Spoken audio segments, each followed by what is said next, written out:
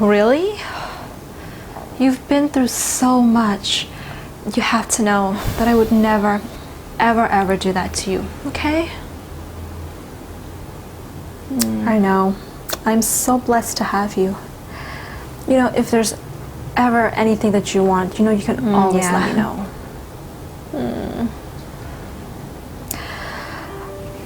So, you know, we've come across this topic a few times, and I think it's time that, you know, I'm really curious, and I think it's time that you let me know, what is it that you truly desire?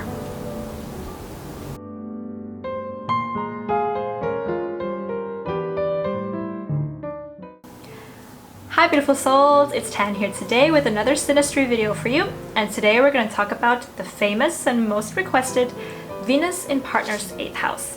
So I hope that little skit that I put together kind of demonstrated the vibes of this placement a little bit. So before you continue watching this video, I recommend that you watch my Synastry introduction video, links above and description box below first, so that you can get an idea about how Synastry works and what I actually mean when I say that Venus is an actor and the house is like the stage or the scene of a movie. So if you've already watched that video and now you're coming back to watch this one, you would have seen that I would have mentioned that the 8th house in Synastry would be kind of like a bedroom, but like a pretty dark bedroom. Maybe 50 Shades of Grey kind of bedroom. And Venus, of course, Venus is that actor or that player in a movie that's very beautiful and pleasant and sensual and is worth a lot.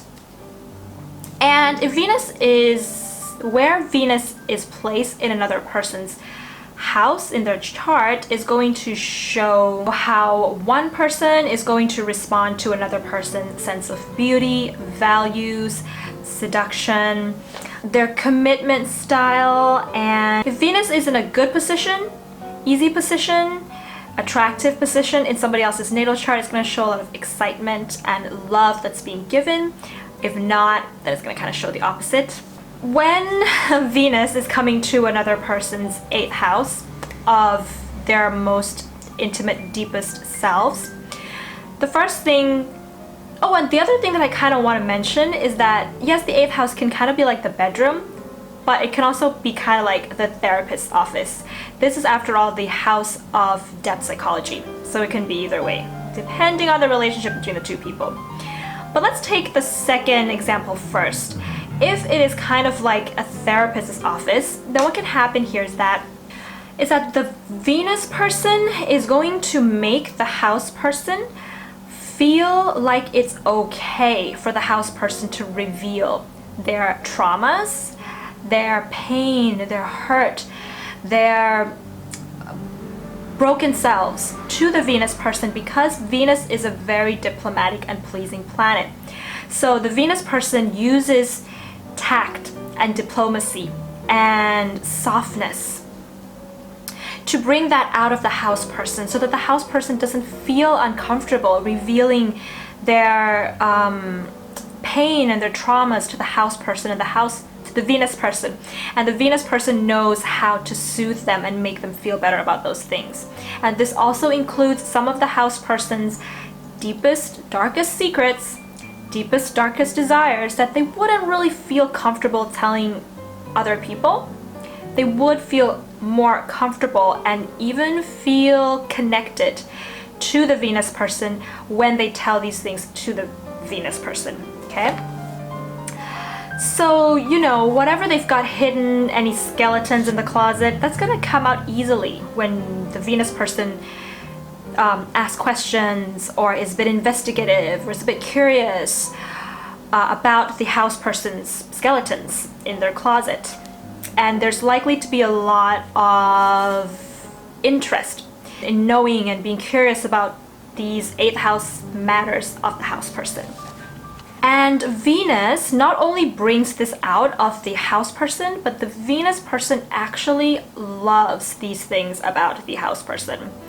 They actually find these traits, these 8th house traits of the house person to be desirable and to be attractive for them. So therefore, if this is a more romantic relationship, when the house person brings out their deep desires of pleasure, sensual experiences, or sexual experiences, or just anything that they desire very deeply in life, the Venus person becomes vulnerable in giving that to the house person. And they're not disturbed by it necessarily, or unless there's other things going on, like maybe the sun's coming into the 8th house, or like Mars or Saturn is weirdly placed there, then okay, then it's gonna feel disturbing. But if we're specifically just talking about Venus, the Venus person doesn't feel disturbed by these things, and therefore they are willing to give whatever the house person really desires in terms of pleasure, sexual experiences, or just in life. And because the house person can sense this giving side of the Venus, the house person kind of ends up allowing themselves to have kind of pretty wild fantasies about the Venus person, because they know the Venus person can give all these things to them. So there can be an element of fantasizing about pleasurable experiences, sexual experiences with the Venus person. So even if this is like a synastry between friends, or between people of, let's say, the same sex that are straight, or even with the opposite sex that are gay, for example, there's always going to be an undertone of attraction or intensity between the two people, because what the 8th house is it's your subconscious. So you almost can't really get a grasp on it, but the Venus person and the house person are affecting each other subconsciously. And there is a magnetic attraction between these two people. And what this actually means is that, let's say the Venus and the house person are, maybe they're romantic, or maybe they're just friends. Let's say they're like in the same room or something, and they're kind of just sitting there and they're looking at each other and they see each other, and it's kind of like this person has this kind of aura. They have an aura about them that stirs my hormones. Okay, that's the magnetic attraction here. There's like the spaces between them stirs something within each of them that causes this kind of intense attraction. And if it's in a romantic relationship, then it's kind of like a subtle, intense sexual attraction that's underlying their interactions consistently. Because the 8th house is so subconscious, these two people, both the house and the Venus person, are somehow subconsciously or unconsciously kind of assessing each other as potential sexual partners, even if they're just friends. Of course, this wouldn't apply in relating where it's not possible to have a sexual relationship with the person. But if it's like there's a possibility, then they're going to be assessing each other in such a way. However, if Venus, the Venus person's Venus in the 8th house, if that person's Venus is making aspects to the house person's other planets, okay, whatever that planet might be, whatever aspect that might be, there's going to be a need to take action sexually. But if the Venus person does not have their Venus aspecting the house person's planets, or the house person's Venus is not attracted to the Venus person's chart, this will not cause any action to be taken, all right? But there will be this feeling of intensity, although there might not be any action taken. Also, if there are no other long-term contacts between the two people, like let's say there's no Saturn involved, there's no Saturn aspects involved, there's no like Pluto involved, or nothing's happening with their moon, or let's say there's no 7th house or even 11th house overlays or 4th house overlays, then this aspect alone does not mean that this relationship is going to be long-term or committed. This doesn't indicate that. It just indicates this very kind of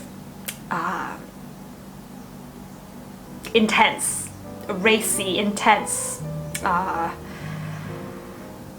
volcanic-like kind of an attraction where it can explode, but then it doesn't mean it's going to be long-term.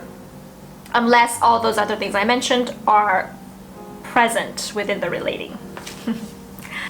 The sign that Venus is in and the sign that rules the 8th house person's 8th house is going to indicate the style of how these two people are going to pursue this kind of interaction. If it's like a fire sign, then it's going to be like even more heaty and steamy and exciting and happening faster. If it's like in an air sign, then it's gonna be have a more fun undertone to it, and they're gonna communicate more about these kinds of 8th house things to bring out that desire within each other. If it's like a water sign, then it's very intense and it can go very deep between the two. If it's like an earth sign, or if it's like in like a Taurus or Libra, which is the ruler of Venus, then it gets even more sensual and more romantic. It gets like deeply romantic kind of a way. There's this other thing that can happen also, wherein the house person can actually become a little bit more enlightened about their true love nature. They find out so much more about what they really want in a relationship deeply, and how they love and how they receive love on a very deep level. Because the Venus person, the Venus is the planet of love, is hitting them at a point where it's so subconscious and deep, okay?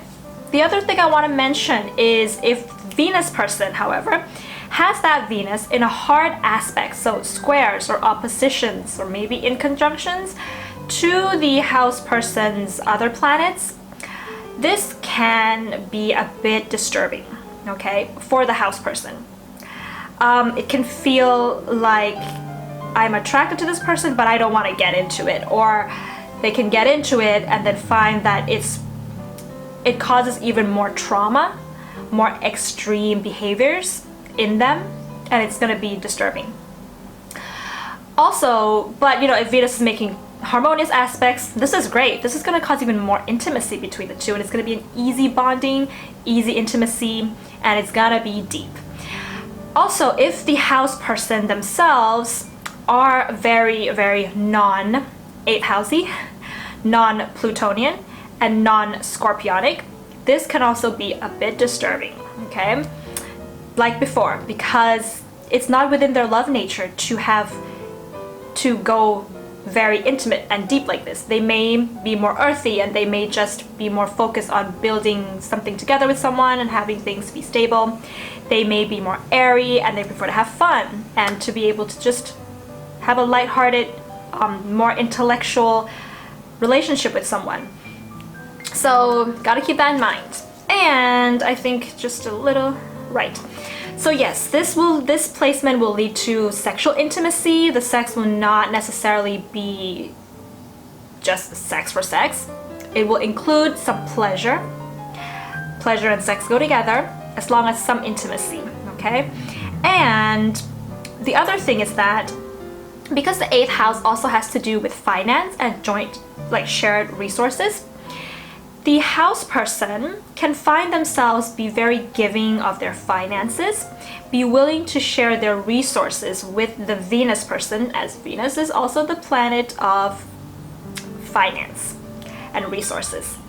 And the 8th house is also considered to be the house of the in-laws, so there can be in-laws being involved within the relationship between these two people.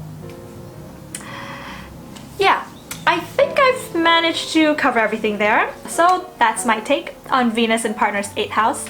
If you have this with someone, please leave a comment below and let us know what your experiences have been.